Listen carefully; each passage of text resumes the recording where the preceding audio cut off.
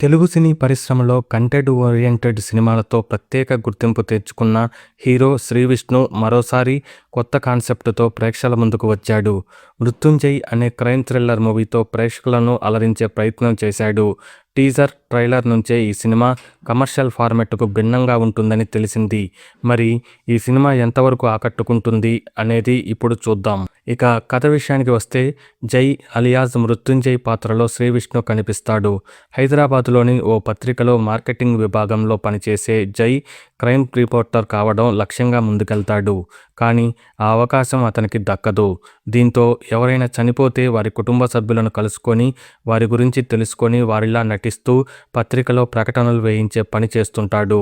ఇదే సమయంలో హైదరాబాదులో వరుసగా 2 వ్యక్తులు మరణిస్తారు.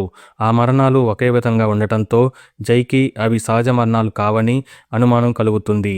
అదే కేసును విచారిస్తున్న ఏసీపీ సీత పాత్రలో రెబ్బా మౌనిక జాన్ కూడా తొలుత మర్డర్పై అనుమానం వ్యక్తం చేస్తుంది. కానీ తరువాత కేసును సాధారణ మరణాలుగా క్లోజ్ చేస్తుంది. అయితే జై మాత్రం ఈ కేసును సీరియస్గా తీసుకొని లోతుగా వెళ్తాడు. ఆ దర్యాప్తులో అతనికి ఆశ్చర్యపరిచే నిజాలు బయటపడతాయి. మరోవైపు ఈ హత్యలు చేసిన కిల్లర్ కూడా జైను చంపేందుకు ప్రయత్నిస్తుంటాడు. కానీ అతనికి తెలియకుండా జరుగుతున్న ఈ కుట్రను జై గుర్తిస్తాడు.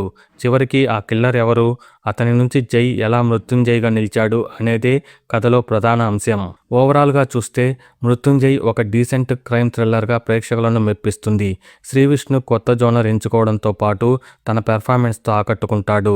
రెబ్బా మౌనిక జాన్, వీర్ ఆర్యన్ కూడా తమ పాత్రలతో మెప్పిస్తారు. సెకండ్ హాఫ్లో హీరో విలన్ మధ్య సాగే మైండ్ గేమ్ బాగుంటుంది. ఫస్ట్ హాఫ్ మాత్రం ఊహించిన స్థాయిలో లేకపోవడంతో ఓవరాల్ ఇంపాక్ట్పై ప్రభావం పడుతుంది.